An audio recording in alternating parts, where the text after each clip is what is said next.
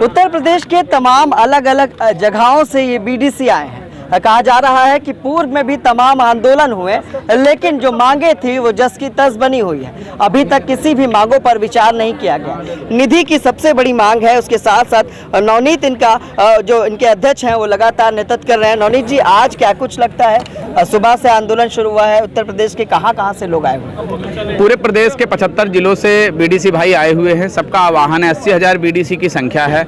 आप लगातार पहले दिन से कवर कर रहे हैं, हमारे सर मीडिया के बंधु। आप 6 अक्टूबर 2021 को भी आपने इसी धरने को कवर किया था, इसके लिए आभार है आपको। और लगातार अपने स्टूडियो में भी के माध्यम से आप दिखाते रहे हैं। हमने लगातार पूरे संगठन को बनाया है, पूरे परिवार जैसा संगठन बनाया 75 जिलों में, और जिलों पर हमने धरना किया, ज्ञापन किया, चिट्ठी भेजा, बहुत सारे कार्यक्रम किए। 3 अधिकार भी हमें मिले हैं, लेकिन वो धरातल पर लागू नहीं है। आज बीडीसी आक्रोश आंदोलन इसलिए है कि हमारे जो शासनादेश से धरातल पर लागू हों, हमें भी निधि और मानदेय दिया जाए अन्य जनप्रतिनिधियों की। कितने बिंदुवार क्या मांगे हैं? बड़ी मांगे, जैसा कि आप सभी ने अपने टोपी पे लिख रखा है कि निधि की मांग बड़ी है। सरकार का क्या रुख रहा है, चाहे वो पूर्व की रही हो चाहे वो मौजूदा रही हो? पहले की सरकार 500-250 भत्ता होता था तो 500 किया था। इस सरकार ने 500 भत्ता था 1,000 रुपए किया। जी जी जी जी 1,000 किया है। और मीटिंग जो 2 हुआ करती थी, वो मीटिंग की संख्या 6 कर दिया है साल में, तो 6,000 भत्ता हो गया साल में। और नरेगा से बहुत महत्वाकांक्षा योजना है पूरे विश्व की, उससे क्षेत्र पंचायतों को जोड़ने का काम किया है। बीडीसी जब चुनाव लड़ता है तो किन मुद्दों पर चुनाव लड़ता है? कि भैया सड़क बनवाई है, भैया नाली बनवाई है, लेकिन भैया के पास कोई अधिकार नहीं है। और इसीलिए हमारे संघ की जो मांग है, मैं बीडीसी संघ का मुखिया हूं, मैंने लगातार इस बात को कहा है कि हमारी विकास कार्यों में सहभागिता चाहिए। हमें भी निधि हो जिससे कि हम नाली खड़ंजा बनवा सके, हमारा भी मानदेय हो, अन्य जनप्रतिनिधियों की बात है, जिससे कि जो हम जनता के बीच में वादा करके आते हैं वो हम पूरा करने में समर्थ रहें और भविष्य में हम अपना राजनीतिक जो भविष्य है वो बना सकें। क्योंकि अगर हम 5 साल कोई कार्य नहीं करा पाएंगे तो निश्चित तौर पर हमारी राजनीतिक हत्या होगी।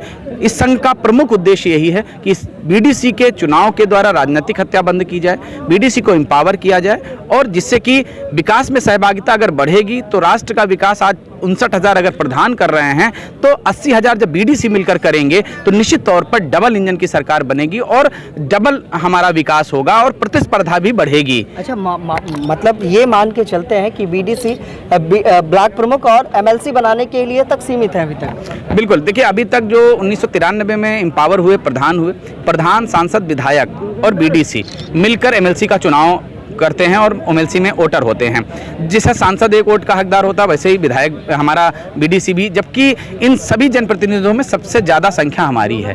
जबकि लोकतंत्र में आदि से एक नारा दिया गया, जिसकी जितनी संख्या भारी उसकी उतनी हिस्सेदारी, जबकि 80,000 संख्या हमारी है। पिछले पंचवर्षीय योजना में हमारी संख्या 88,800 थी, लेकिन हमारी हिस्सेदारी कहीं है ही नहीं। तो आंदोलन ये कब तक चलने वाला है और क्या उद्देश्य को लेकर इस आंदोलन की शुरुआत की गई? अभी तक क्या शासन प्रशासन स्तर पर कोई भी अधिकारी आया जिससे आपकी मांगों पर कोई वार्ता हो सके? अभी शासन प्रशासन का कोई व्यक्ति हमारे कांटेक्ट में नहीं है, क्योंकि एलआई वगैरह से बस कॉल आई है कि आपकी संख्या कितनी आएगी, कहाँ से लोग हैं। ये प्रक्रिया उन लोगों ने जरूर अपनाई है, लेकिन शासन प्रशासन से अभी कोई अप्रोच नहीं है, मांगे नहीं पूछी गई हैं। और पहले भी ऐसा होता रहा है कि हमारे साथ छल होता रहा है। हमें मुख्यमंत्री जी के मिलाने के नाम पर ले गए, ओएसडी साहब से मिलाकर ले आए, कहा पुनः मिलवाएंगे, लेकिन अभी तक मुख्यमंत्री जी से मिलने का अवसर नहीं मिला।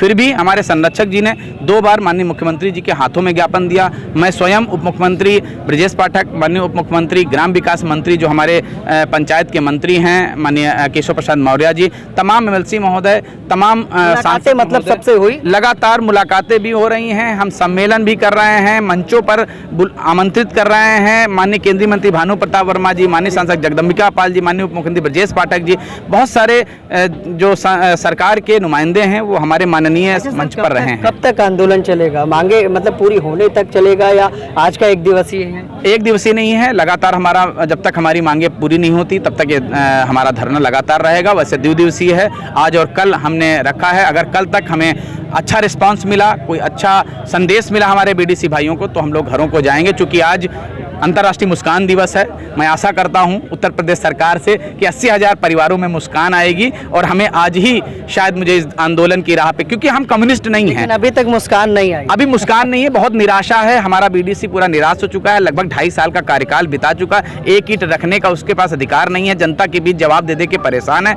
तो मुस्कान तो नहीं है, हरास जरूर है, निराश है।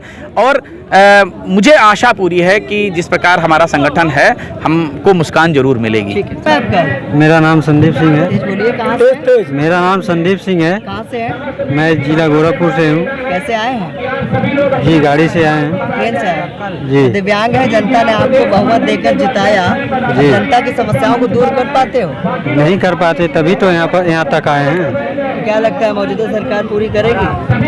अब देखिए पूरी करती है कि नहीं करती है। हम तो सबसे पहले आप सभी मीडिया बंधुओं को बहुत बहुत धन्यवाद कि हम सभी बीडीसी भाइयों का आवाज़ शासन प्रशासन तक पहुंचाने के लिए। परिचय, नाम संतोष पासवान, रहने वाला गोरखपुर का हूं, मंडल महामंत्री हूं, प्रधान क्षेत्र पंचायत सदस्य का। और मैं आपके द्वारा, आपके मीडिया के द्वारा मैं बताना चाहता हूं, वर्तमान सरकार अगर हम लोगों की मांग नहीं पूरी करती है तो हम लोग क्षेत्र पंचायत सदस्य हैं, कोई आम पब्लिक आम जानता नहीं है। हम लोग 2000 वोटों से चुन के आते हैं। सेम प्रधान प्रोसेसिंग से हम लोग भी चुनाव लड़ते हैं, हम लोग भी चालान कटवाते हैं, हम लोग भी जनता का हित करना चाहते हैं, नाली खड़ंजा मकान बनवाना चाहते हैं। अगर हम लोगों का जो मांग है वो मांग हम लोगों का पूरा नहीं होता तो मैं आप लोगों को बता देना चाहता हूं और आपके माध्यम से बताना चाहता हूं पूरे उत्तर प्रदेश को, पूरे शासन प्रशासन को कि 2024 में हम लोग अगर तख्ता पलट ना कर दिए तो हम लोग जो है कि असल क्षेत्र पंचायत सदस्य नहीं होंगे। धन्यवाद। कहाँ से है?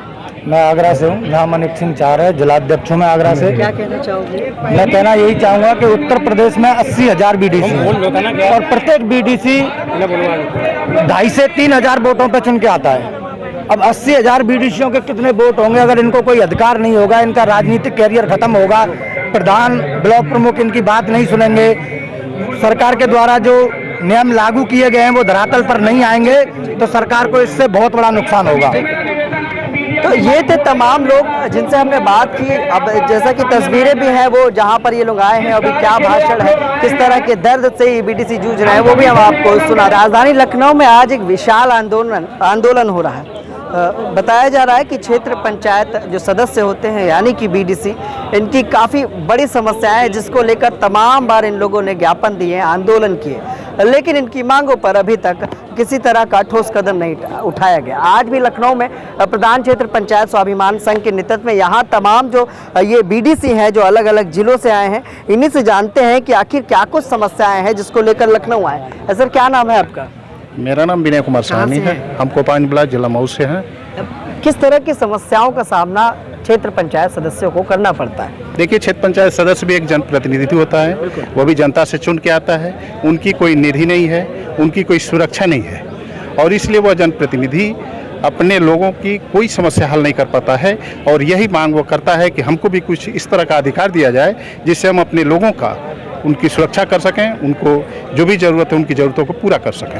लेकिन इस पर क्या मौजूदा सरकार किस तरह का कदम उठा रही है? मौजूदा सरकार से हमारी यही मांग है, हम लोग लगे हैं। अब सरकार देखिए आगे क्या करती है, हमारी मांग ये लगी है। उनसे हम चाहते हैं कि हमको भी इस तरह का कोई निधि या इस तरह की कोई सुरक्षा दी जाए जिससे हम अपने लोगों की सेवा कर सकें। कहाँ से सर?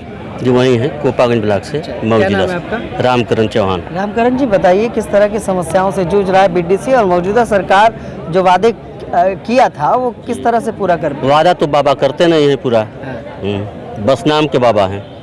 चुनाव से पहले कहे थे कि हम मनरेगा चालू कराएंगे, क्षेत्र पंचायत को देंगे, जिला पंचायत को देंगे। अब तो 1.5 साल बीतने को है, अब तक कोई पता नहीं, न किसी को मानदेय मिल रहा है, न मीटिंग का भत्ता मिल रहा है, कोई कुछ नहीं। चुनाव में सिर्फ एमएलसी और वो ब्लॉक प्रमुख बनाने के लिए जी जी बस बना दिए, काम खत्म वहीं से।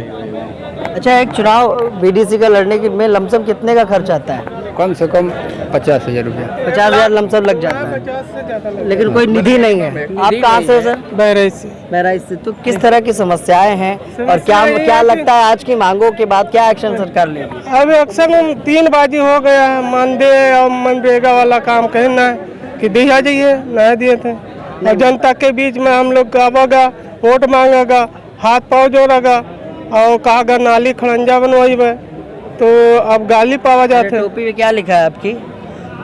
20 लाख की विकास निधि दिलाने की बात की जा रही है। यहाँ पर तमाम जो बीडीसी हैं उत्तर प्रदेश के अलग अलग जिलों से आए। तो ये थे अध्यक्ष नवनीत, जिन्होंने साफ तौर पर बताया कि बीडीसी के चेहरों पर आखिर मौजूदा योगी सरकार क्या मुस्कान ला पाएगी। अपनी मांगों को लेकर तमाम बार ये सभी लखनऊ के इको गार्डन में आए हैं, लेकिन अभी तक इनकी तमाम वार्ताएं हुई हैं, तमाम मुलाकातें हुई हैं। जैसा कि इनके अध्यक्ष ने बताया कि सरकार के उन नुमाइंदों से मुलाकातें तो हुई, लेकिन अभी तक उनकी मांगों पर न बात हुई, न कोई वार्ता हुई। आज भी देखने की बात है कि इनके आंदोलन के बाद इनकी मांगों पर किस तरह का विचार होगा। सहयोगी संध्या के साथ मैं विक्रम, लखनऊ।